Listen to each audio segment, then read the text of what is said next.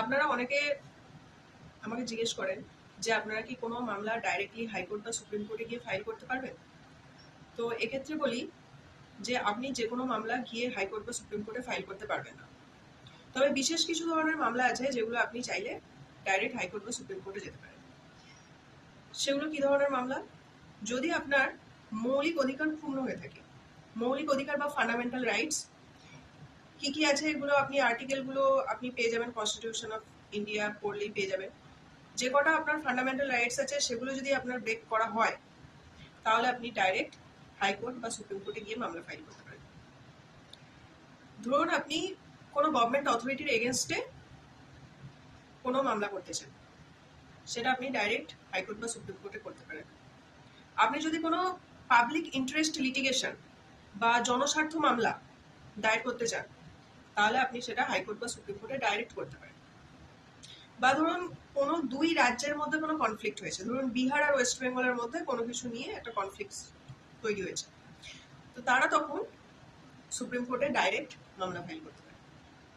তো এই ধরনের ম্যাটারগুলো আপনি ডাইরেক্ট হাইকোর্ট বা সুপ্রিম কোর্টে করতে পারেন। কিন্তু আপনি যদি ভাবেন যে আপনার 1,00,000 টাকা মানে কেউ মেরে দিয়েছে, আপনি যাবেন গিয়ে ডাইরেক্ট হাইকোর্টে ফাইল করবেন বা সুপ্রিম কোর্টে ফাইল করবেন, আপনি কিন্তু সেটা করতে পারবেন না।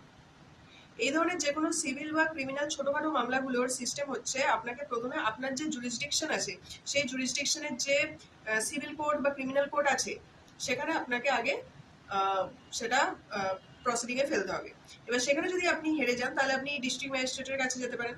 ডিস্ট্রিক্ট ম্যাজিস্ট্রেটের উপর ডিস্ট্রিক্ট জাজ আছে, ডিস্ট্রিক্ট জাজের কাছেও যদি আপনি হেরে যান তখন আপনি সেটা হাইকোর্টে যেতে পারবেন। এবং হাইকোর্টেও আবার সিঙ্গেল বেঞ্চ, ডিভিশন বেঞ্চ এইসব ব্যাপার আছে।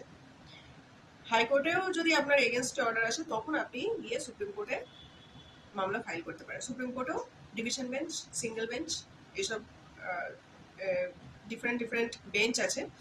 তো আশা করি এবার বুঝতে পারলেন যে আপনি ছোটখাটো আপনার যেগুলো পার্সোনাল যেগুলো প্রবলেম আছে বা ছোটখাটো যেগুলো ক্রিমিনাল হোক, ক্রিমিনাল ম্যাটার হোক, সিভিল ম্যাটার হোক, সেগুলো আপনি ডাইরেক্ট হাইকোর্ট বা সুপ্রিম কোর্টে গিয়ে ফাইল করতে পারবেন না, শুধু স্পেসিফিক কিছু ম্যাটার ছাড়া। এক হচ্ছে ফান্ডামেন্টাল রাইটস, সেকেন্ড হচ্ছে জনস্বার্থ মামলা বা পিআইএল, পাবলিক ইন্টারেস্ট লিটিগেশন, বা কোনো স্টেট গভর্নমেন্টের এগেনস্টে বা ইউনিয়ন অফ ইন্ডিয়ার এগেনস্টে কোনো মামলা আপনি করতে চাইলেন তখন ডাইরেক্ট সুপ্রিম কোর্ট বা হাইকোর্টে আপনি সেগুলো করতে পারেন। এছাড়া আপনার এমনি নর্মাল মামলা কখনো সুপ্রিম কোর্ট বা হাইকোর্টে ডাইরেক্ট হবে না।